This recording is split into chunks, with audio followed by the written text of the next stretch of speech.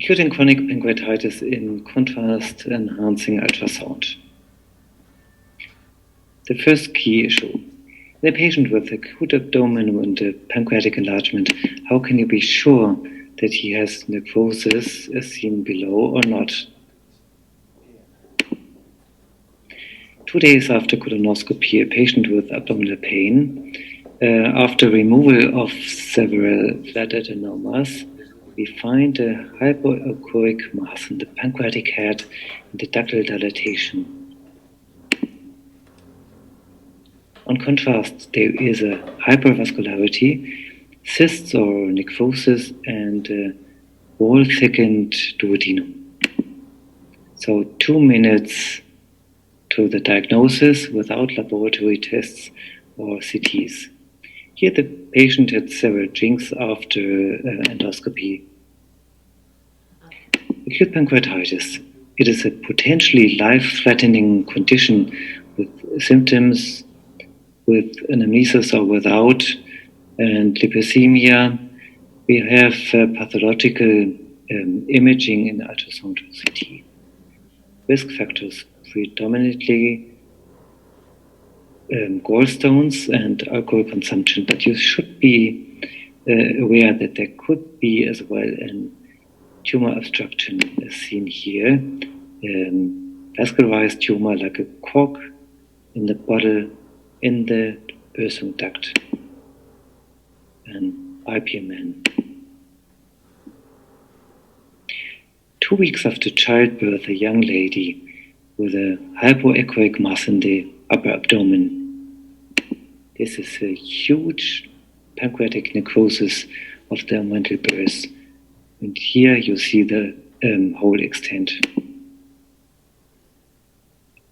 In contrast, no vascularization in the necrosis.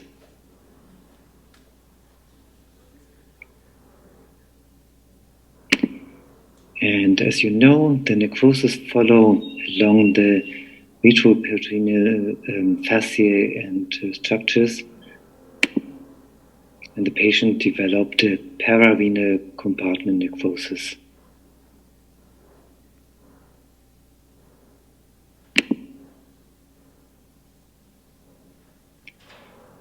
She had a second hit with fever and preseptic conditions. And this is the pararenal necrosis, so we had to be active. We put in nasogastrocystic tubes and filled it with contrast agent. And this is the way. Now we nowadays prefer the axial stent system with pigtails inside. After rinsing, the contrast agent is dispersing into the cavity, into the necrosis. We see a consolidation.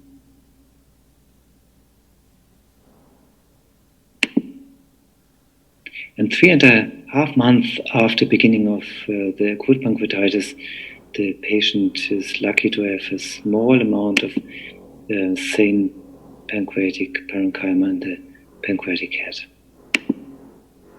So, in acute pancreatitis, CUS improves the detection and delineation of necrosis in the parenchyma, the adjacent structures, or along the anatomical cavities and fasciae. It reduces the CT examinations without renal toxicity and without radial exposure. It helps us monitoring, as seen before, endoscopic interventions in a transgastric or transcutaneous way.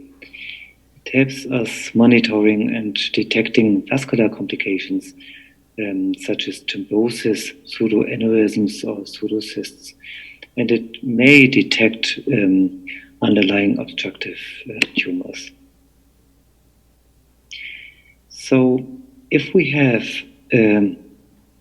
hypoechoic lesion, do we see a focal inflammation or is it a tumor?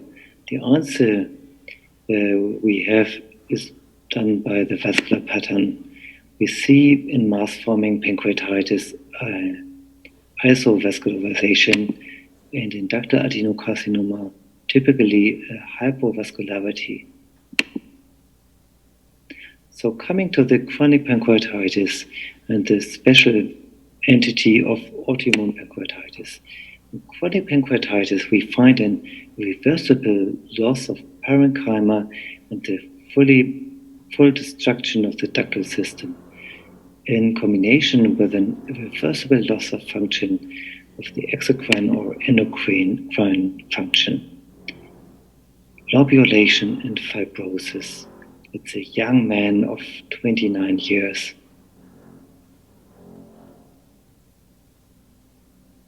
Destruction. The risk factors, alcohol and smoking, but there are as well immunological mechanisms and genetic endowments. Like here, a 17-year-old patient. Complete alteration of the pancreas, concretions, ductal abnormal irregularities, enlargement. This patient has a very high risk for malignancy, and in contrast, we do not find any hypovascular zones. For God's sake, no malignancy. The terminal morphology of chronic pancreatitis is a complete destruction with atrophy, no parenchyma seen here, ductal dilatation, concretions, calcifications. So you have seen the calcifications and concretions, and according to the Cambridge classification, we find caliber and ductal irregularities and dilatations, enlargement or atrophy. And for indirect signs, fluid collections, complications like pseudocysts, biliary or duodenal obstruction, pseudoaneurysms, thrombosis or malignancy.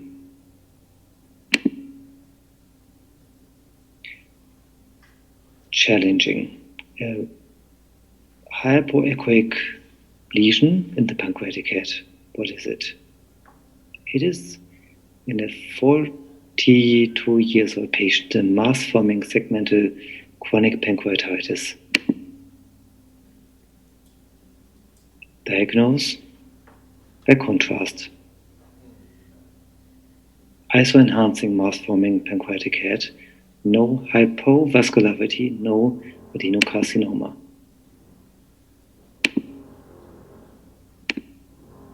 Another patient, 47 years old, hypoechoic tumor in the pancreatic head, ductal dilatation, duodenal obstruction. Is it tumor or is it chronic pancreatitis? Contrast. Hypovascularity. This could be a ductal adenocarcinoma. Patient underwent operation, and the Whipple specimen showed a very high degree of fibrosis, pseudocysts, and necrosis, and for God's sake, no malignancy. Coming to the autoimmune pancreatitis, we find in the diffuse form of autoimmune pancreatitis the typical morphology of a sausage form.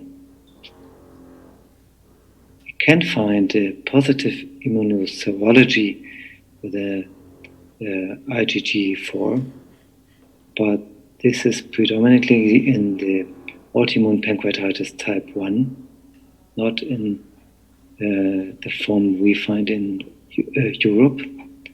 We find a positive histology and a response to corticoid therapy. You should know that in 2/3 there is an involvement of the biliary system due to autoimmune cholangitis, and there could be an association with other autoimmune diseases. This is the sausage form, diffuse autoimmune pancreatitis, a young lady with a chronic colitis, choledochal duct dilatation, no dilatation of the Wilson duct. Contrast.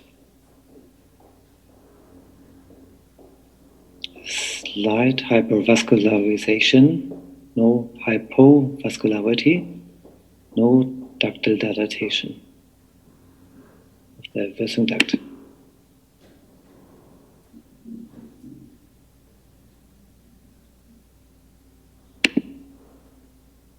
And another patient with a diffuse autoimmune pancreatitis, 80 years old lady. You see the enlargement of the pancreas, you see the choledochal wall thickened segment, autoimmune cholangitis, contrast agent, hypervascularization of the choledochal duct, autoimmune cholangitis. 3 months after steroid therapy, nearby normalization. Challenging the focal autoimmune pancreatitis, a hypoic lesion in the pancreas,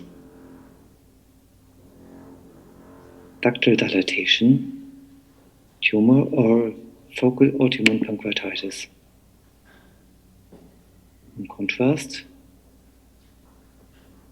hypervascularization of this area, no hypovascularization, no carcinoma.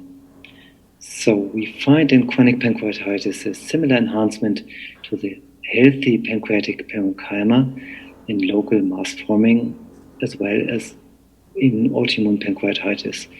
In autoimmune pancreatitis, we can find a possibly delayed hyperenhancement or a hypoenhancement due to an underlying vasculitis.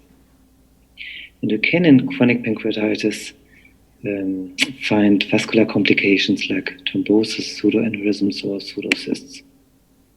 Coming to the end, 2 patients, tumor or pancreatitis, ductal dilatation of the Wilson duct, hypoechoic lesion, tumor or segmental autoimmune or chronic pancreatitis. We need contrast agent.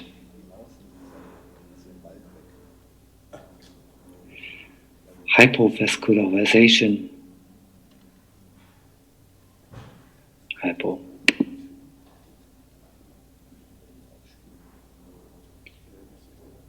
Endoscopic cytology. Poorly differentiated adenocarcinoma.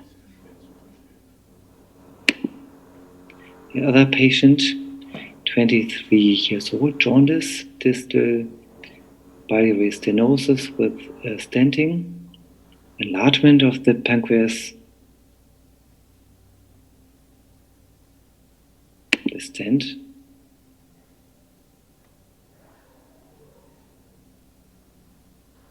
tumor or focal autoimmune pancreatitis, contrast agent, and no hypovascularization, no adenocarcinoma. Seronegative autoimmune pancreatitis type 2. So thank you very much for listening. Bye bye.